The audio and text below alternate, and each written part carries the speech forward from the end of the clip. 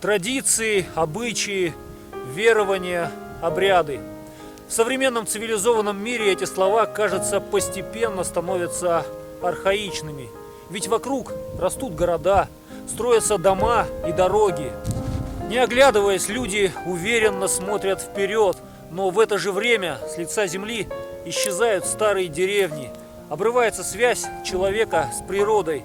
Представители некоторых народов забывают о своем происхождении, а бесценные знания, которыми обладали наши предки, остаются где-то в далеком, темном прошлом.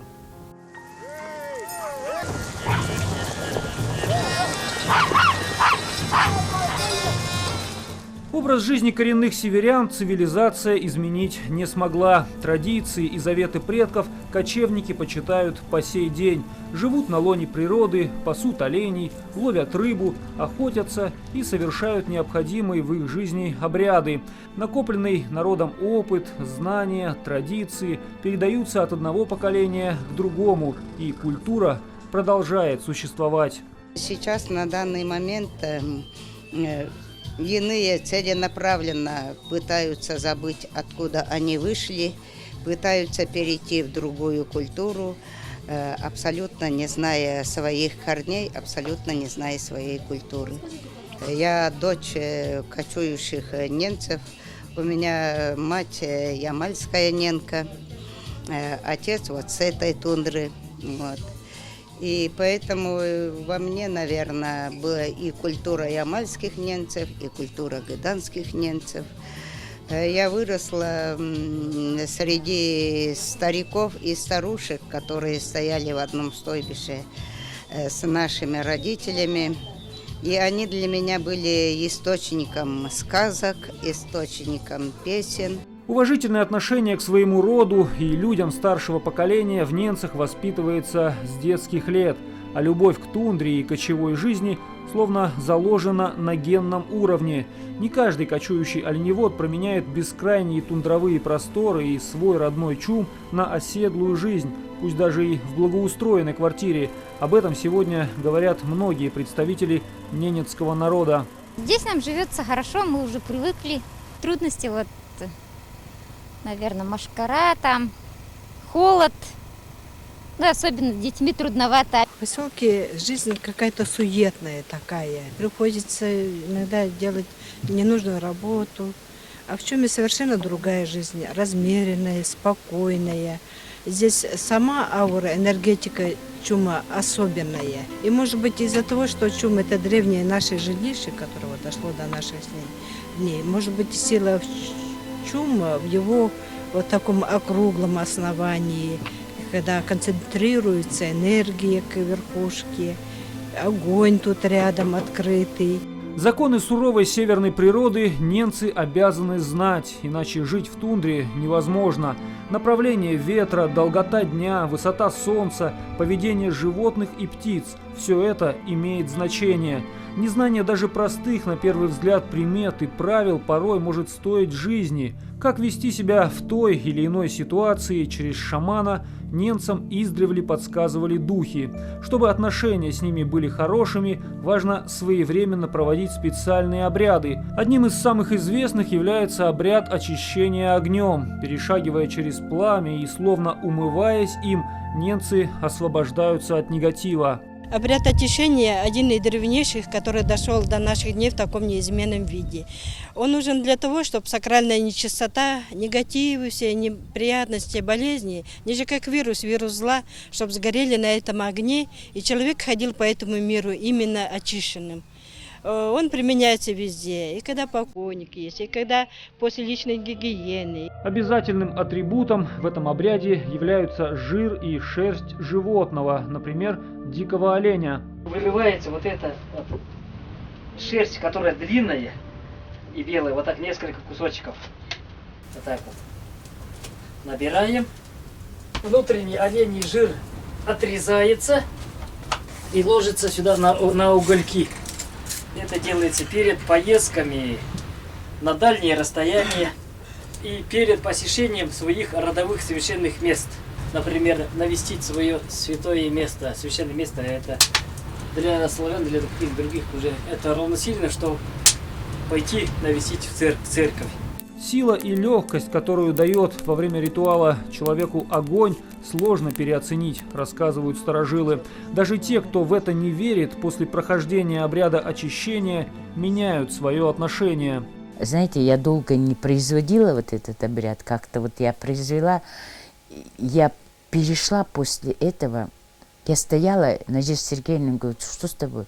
Я говорю, знаешь, такое состояние, как будто бы вот, ну, не могу объяснить я. Легкость, какое-то такое состояние приятное, как будто бы что-то вот ушло, тяжелое. С огнем связано немало примет. Основываясь на опыте предыдущих поколений, жители тундры научились с легкостью их толковать. Если огонь, когда разжигаешь печку, дымит, то будет непогода. Если плохо разгорается огонь, то к непогоде. Бывает такое, что вроде и дрова сухие положишь, а огонь с таким нежеланием горит и начинает дымить, коптеть, то это будет непогода. Когда плачет, знаете, такой бывает звук нехороший, как плач, будто бы кто-то плачет, то это к беде. А если весело трещит, что-то лопочет, то это хорошие новости будут.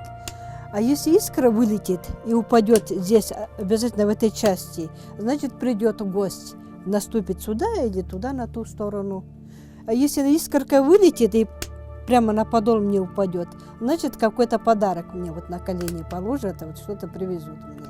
Люди тундры относятся к огню как к живому существу и ласково называют его тухада – бабушка. Приехав на святилище или захоронение, ненцы первым делом разжигают костер, который поддерживается во время проведения различных ритуалов. По завершении обряда огонь бережно тушат. Важную роль огонь играет и при проведении обряда ненецкой свадьбы.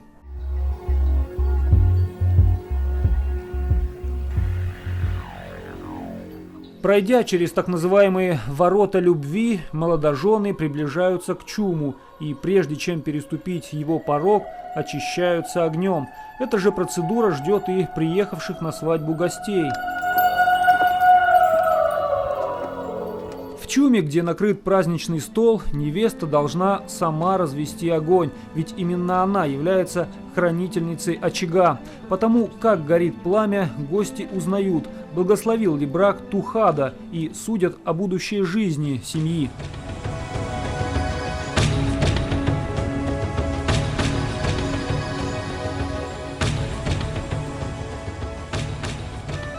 На столе в день ненецкой свадьбы всегда есть блюда из рыбы и оленины, свежие, экологически чистые продукты на любой вкус, а вот алкоголь зачастую отсутствует. Ненец утром должен встать, выйти коленем, проверить сети, потому что если он будет 3 дня праздновать, как некоторые народности, это у него все пропадет. А он кормили семьи, он должен быть утром на ногах.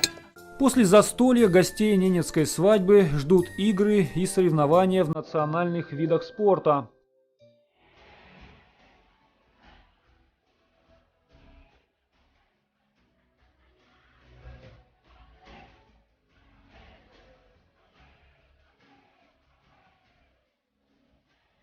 Особое отношение у ненцев к воде. Глубокие реки, которые волей-неволей приходится пересекать во время кослания, и темные, как глаза оленя, озера всегда манили своей красотой и одновременно пугали коренных жителей севера. Объективный факт – большинство кочевников не умеют плавать. Считается, что пересечение водоема или погружение в воду – это взаимодействие с водяными духами. От их воли может зависеть судьба отдельного человека и даже целого рода. Именно поэтому задабривание духов воды – обязательный элемент обрядовой деятельности ненцев. Весной, когда освобождаются водоемы ото льда, рыбак первым делом желает для себя удачной рыбалки, безопасности для своей семьи и желает, конечно, наладить контакт с духами воды. Для этого он смачивает голову водой. А также есть другие традиции у оленеводов, которые, чтобы весной всегда все было хорошо, они забивают оленя. Ближе к воде при этом не подходят, прямо В тундре кровь оленя набирается в желудочек, и один из представителей семьи несет к ручейку, выливает, мол, заговаривает, чтобы было очень отблагодарить, спасибо большое, что что волны были низкими, чтобы не было несчастных случаев. После этого уже человек может быть очень спокойно уже относиться к воде, как бы не бояться, потому что задобрено. Ритуал задабривания духов воды коренные жители проводят также, отправляясь в дальнюю дорогу по реке или проплывая мимо священных мест. Ну вот тот же священное место, вот где на Мамеевском мысу вот всегда едем, или на лодке, или там раньше на катерах, там, или на оленей упряжке. Всегда мы оставляем там, кидаем в воду, монеты кидаем, каждый. Обязательно. Скорость убавляем. Обязательно вот этот весь ритуал надо совершить. Мимо мы так не проезжаем, потому что если не сделаешь этого, чувствуешь себя, не так. Для того, чтобы задобрить духа воды во время путешествия, особенно когда на дальнее расстояние, мы бросаем в воду монетку, откупаясь тем самым от плохого.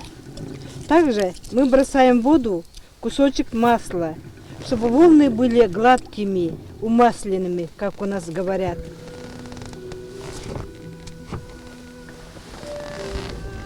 В воду можно бросать только монетки. Кроме этого, другие предметы практически запрещено. Это очень большой грех кидать в воду камни, кирпичи. Как говорили старики наши, а то ты проткнешь глаз воды, и он тебя, соответственно, накажет. В эпических песнях в образе духа воды рогатая шука. И вообще у немцев боязливое отношение к воде. Может быть, из-за того, что вода населена множеством духов, тоже водных. Нельзя выливать, где попала воду и как попала. Может быть, из-за того, что в тундре, особенно где озера, все равно вот этой проточной воды иногда не бывает. По верованиям немцев, духи различных природных стихий и предметов всегда живут по соседству с людьми. Каждый из природных процессов, уверены кочевники, происходит не случайно. Присутствие посланников потустороннего мира старожилы чувствуют за версту. О встречах людей с духами и другими таинственными обитателями тундры ходит немало легенд и историй. Да, привидения бывают там. Есть вот раньше у нас есть такое место, там по месту, тоже видали. Ну, некоторые с ума сходили. Совершенно здоровый старик поехал в факторию. Ну, как в то время пушнину там сдавали, факторию, мясовскую там. Ну, значит, отоварился он. Ну, потом едет обратно. Ну, лунный свет, говорит, погода тихая такое, морозная, 30 градусов где-то, но не сильная. Ну, так четко, ясно все видно. И, говорит, я в конце концов остановился, говорит, нарту привязал. И, говорит, вдруг нарта как закружилась. Олени-то, говорит, очень спокойные, даже волков не боялись. Угу. И испугались чего-то, говорит. Как начали дергаться туда-сюда и в одну сторону смотрят. Ну, старик говорит, как я взглянул туда, а там человеческий огромный силуэт идет. И туда-сюда шатается, говорит. И я, говорит, испугался и помчался. У меня родственники рассказывали, говорит, на Халмер-Яхе вечером сидим, говорит, ну вот кто-то кидает, говорит, снег прямо в чум попадает, да, а мы, значит, сидим и говорит, а там несколько семей, потому что дети маленькие, а все остальные-то в школе, и говорит, кидает снег, говорит, ну, мы говорим, ну что это такое, говорит. Вроде детей нету, взрослые, что же, молодежь балуется, что ли. Ну, а потом вот они, говорят, мы вышли и начали смотреть, вот, ну, следы, говорит, большие. Ступня не такая, как у человека, во много раз больше. И вот тогда они говорили, не только они, и другие тоже говорили, что снежный человек есть. Надо, конечно, чтобы такого не было, как говорится, ну, молитвой, наверное, обороняться. Оберег какой-нибудь. Слова обереги вот у меня только есть. Когда это, потому что я больной, Боюсь всего это, чтобы такое не встречало меня. Вот, я и молюсь тоже по себе, чтобы, Господи, чтобы не было такого. Ихнюю семью что-то начало то ли запутывать, то ли что. И они решили обратиться к шаману. И шаман им предсказал: вот ваш дедушка. А это что? А это северный томатный сок. Но нужно его только подсолить. Вот возьми и выпей.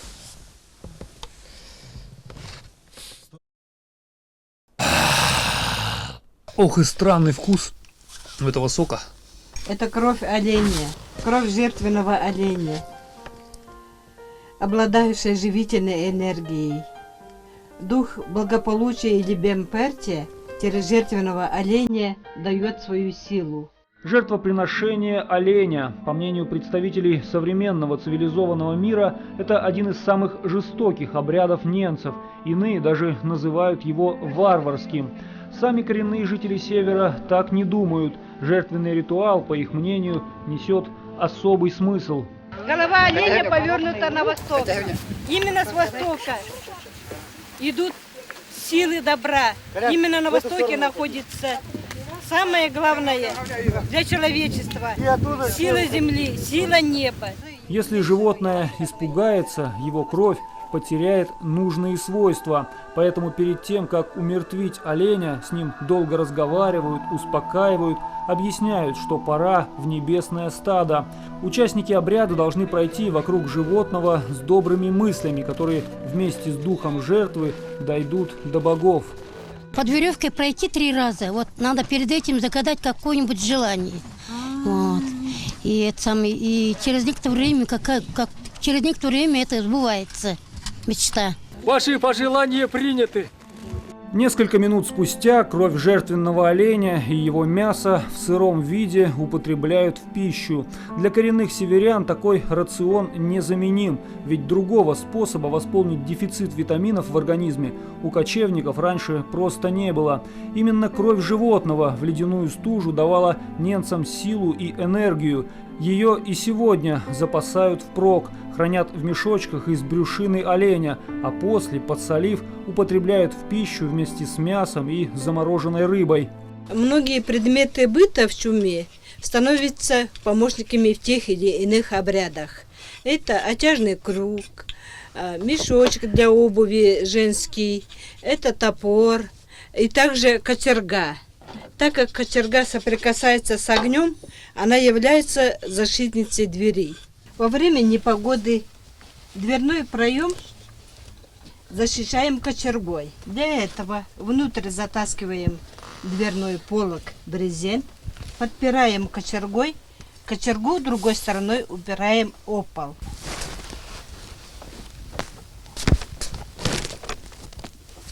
Если в стойбище есть покойник, который еще не захоронен, то все остальные чума ставят на улицу вот такую головешку на ночь обязательно. А возле двери ставится топор. В данном случае головешка – это символ огня, она защищает всех от злых духов, которые пришли за покойным. А топор тоже острый предмет, который защищает людей. С захоронением умерших у ненцев связано несколько обрядов. Проводы человека в другой мир – это особый ритуал. Так, например, предметы, которые при жизни сопровождали покойного, ломают и оставляют с ним. Если человека не стало, он умер, то обязательно нарту с ним переворачивают на кладбищах. Можно такое даже и заметить. Если был очень-очень влиятельный человек, его тоже нарту переворачивают, к ним уже забивают сразу оленей. Вот так и положено. Нарту переворачивают и передние части нарт отламывают. Потому что целиком оставлять нельзя, так как оно все перевернуто и под западную сторону, чтобы было понятно. Ходить по ним нельзя, по вещам покойника. Дотрагиваться тоже нельзя. Потому что бывали люди, которые, может, и просто пробовали, но это очень большой грех. И оно соблюдается. Прежде чем зайти на кладбище, надо постучать, предупредить, что я пришла. Их навестить. Навестить их. К покойным коренные северяне относятся с уважением, но на кладбище ходят редко. Воспитанные в духе ненецких традиций, они уверены, лишний раз тревожить усопших ни к чему. Как говорила мне мама, что если ты один раз оставил покойника, то ты второй раз уже туда не должен подходить к нему, к могиле. Кладбище – это место мертвых, там свои порядки, правила и запреты. Живые люди обязательно должны их соблюдать. Переставлять какие-либо предметы или забирать что-то с могил домой по верованиям ненцев недопустимо.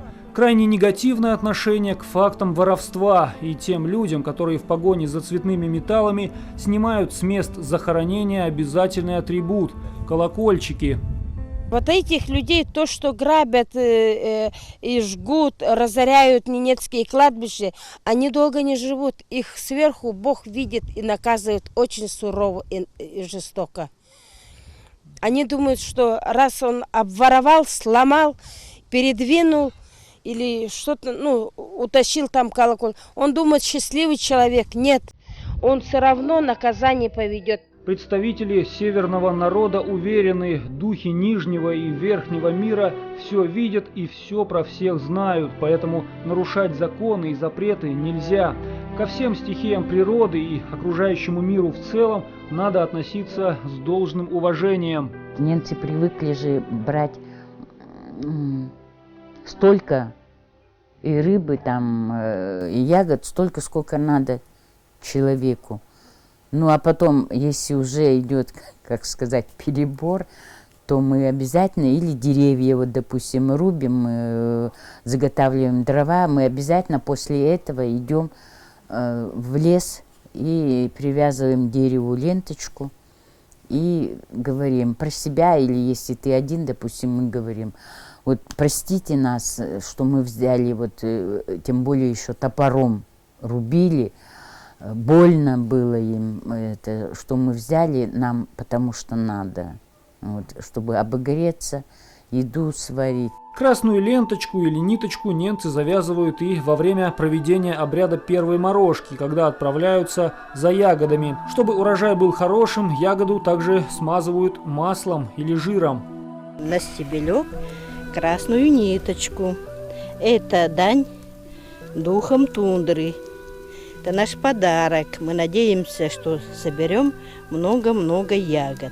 Грибами и ягодами, заботливо собранными в летний период, северяне впоследствии почуют многочисленных друзей и родственников, ведь немцы – народ гостеприимный.